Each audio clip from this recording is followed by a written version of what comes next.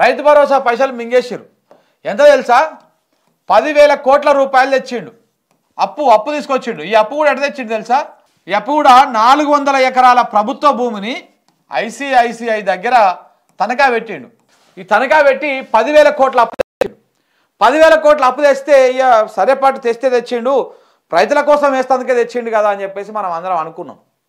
కానీ ఈ 10,000 కోట్ల తెచ్చినటువంటి పైసలల్లా రైతు భరోసా కోసం ఏమన్నారు? జనవరి 26 రోజు జనవరి 26 తారీఖు నాడు మేము 4 పథకాలు ప్రారంభిస్తున్నాం, తెలంగాణ అంతా ప్రారంభిస్తున్నాం అని ఊదరగొట్టి ఆ జనవరి 26 తారీఖు నాడు ఇక ఇట్లా అందరికి కాదు, మండలంలో ఒకటే గ్రామానికి మేము పైలట్ ప్రాజెక్ట్ కింద తీసుకున్నాము, ఆ గ్రామానికి మాత్రమే 4 పథకాలు అమలు చేస్తాము. ఇందిరమ్మ ఇండ్లు, రేషన్ కార్డులు, రైతు భరోసా, ఇందిరమ్మ ఆత్మీయ భరోసా, ఈ 4 పథకాలను అమలు చేస్తామని చెప్పేసి ఊదరగొట్టేసారు.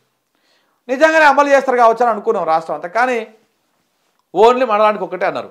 ఆ లెక్క ప్రకారము ఆ రోజు రైతు భరోసా పైసలు ఆ మండలాలలో అంటే ఏదైతే 560 మండలాలు ఉన్నాయో, అటు ఇటుగా 560 చిలుకు మండలాలు ఉన్నాయో ఆ 560 గ్రామాలకి మండలానికి ఒక చొప్పున తీసుకొని దాదాపు 569 కోట్ల రూపాయలను ఆ రోజు రైతు భరోసా కోసం విడుదల చేశారు. ఈ ఒక్క 569 కోట్లు తప్ప ఈ 10,000 కోట్లకెళ్ళి ఇంకొక పైసా రైతులకు పోలే. ఇది కేవలము ఈ 500 పైచిలకు గ్రామాలకు మాత్రమే ఈ పైసలు పోయినాయి. ఇక మిగతా మరి పోయినాక ఇంకా 9,000 ఈ 560 అంటే 500 సరే 600 వేసుకున్నా కానీ 9,400 కోట్లు ఉండాలి కదా ఇంకా అటు ఇటుగా.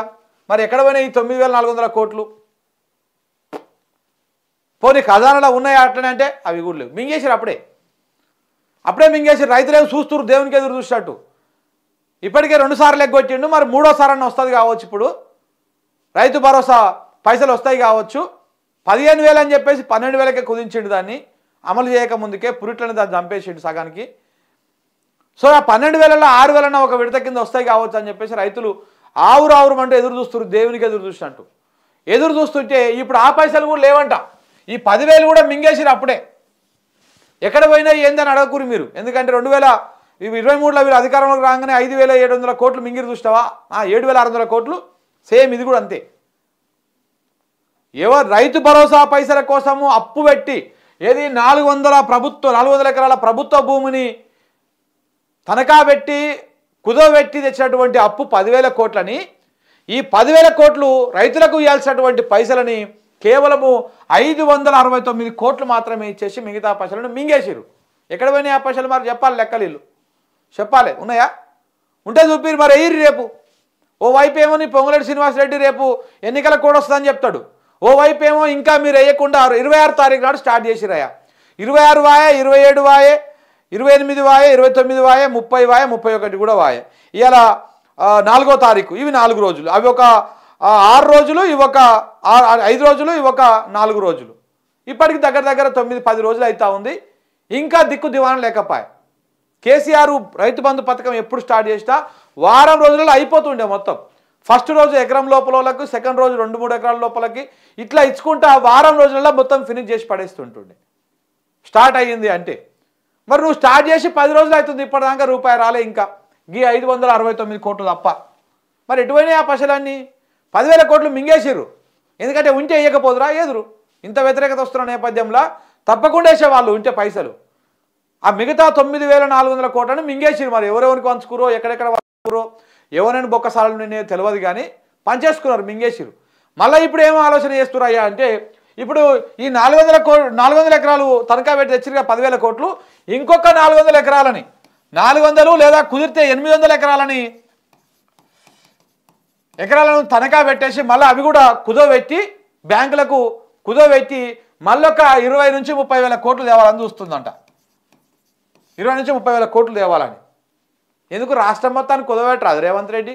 నీ సొమ్మేం పోతుంది చెప్పు? నీ ఇంట్లోకి వెళ్ళి అరిగిపోయాడుదా ఏమయ్యాడు చెప్పు? నువ్వు ఆ బట్టి విక్రమార్కెళ్ళి అందరు కలిసి మీరేమో శాంతం నాకు ఉన్నకాడికి లోపుకొని తాగుతందుకే వచ్చిరు. కానీ ఈ రాష్ట్రాన్ని బాగుపరుస్తందుకో పేద ప్రజలకు ఏదో 10 రూపాయల పని చేసి పెడతా అందుకో ఇట్లాంటివి ఏమి రాలేదనేది అర్థమైపోతుంది. ఈ 400 ఎకరాలు 500 ఎకరాలు ఎందుకు ఒకటేసారి గుండు గుత్తగా తెలంగాణ మొత్తాన్ని కుదోబెట్టు, ఎంత వస్తాయో చూడు, వచ్చిన కాడికి తీసుకో, చేసిన కాడికి చెయ్యి, మిగతా అన్నీ నీ ప్యాలెస్లో నింపుకో, బట్టికి పంపి లేకపోతే ఉత్తమ్కి పంపి. మా జ్యూస్ మంత్రి ఉన్నాడు, బాగా ఇబ్బంది పడతా ఉన్నాడంట ఏం లేక, ఆయనకు పంపి ఇట్లా అందరికి పంపించేసాయి మీ రెడ్డోళ్ళు అందరికీ సరిపోతుంది. ఊకే ఈ 200 ఎకరాలు, ఈ 300 ఎకరాలు, ఈ 400 ఎకరాలు ఎందుకు ఇట్లా ఈ ఎకరాలు పెట్టుడు? తెలంగాణ ప్రజలారా ఆలోచన చేసుకోండి, ఒకసారి అర్థం చేసుకోండి.